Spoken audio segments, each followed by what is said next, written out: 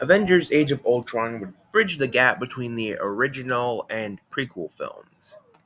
Jumping forward quite a few years into a dystopian future where most of humanity's been wiped out by Ultron and his robots, the Avengers are Earth's last remaining hope. Nick Fury, who is, as it turns out, actually survived the events of Endgame somehow, builds a time machine, and they send Cap back in time to the 70s in order to stop Ultron from being created.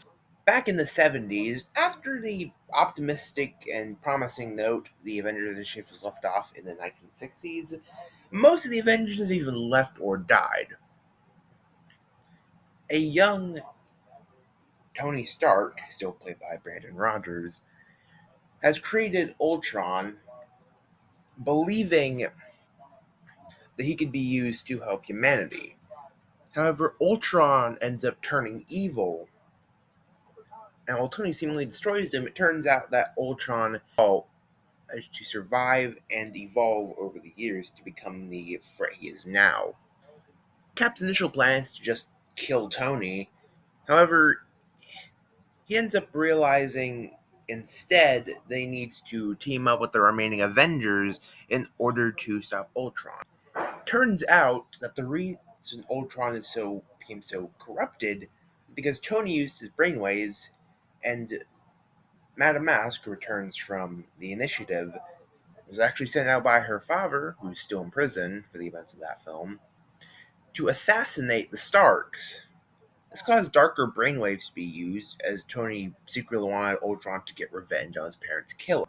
Cap is able to prevent Tony's parents' death. However, this actually doesn't stop Ultron from turning evil.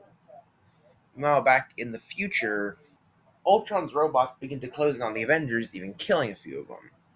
With seemingly no way out, one of the Avengers' newer members, Wonder Man, played by Nathan Fillion, sacrifices himself using his ionic powers to fuse with Ultron, creating a new character known as Vision.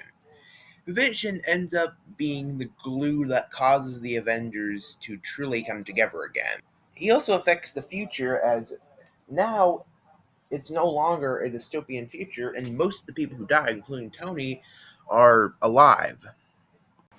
In 2015, we'd get the Guardians of the Galaxy reboot. The less said about it, the better. The galaxy needs guardians. Say that again? Moving on to a much better movie, the first Iron Fist film would drop in 2016. It's pretty much a more condensed version of Iron Fist Season 1, except way better, and with him actually having his comic costume. It's also significantly more comedic, with making fun of how, kind of lame these recent movies have been.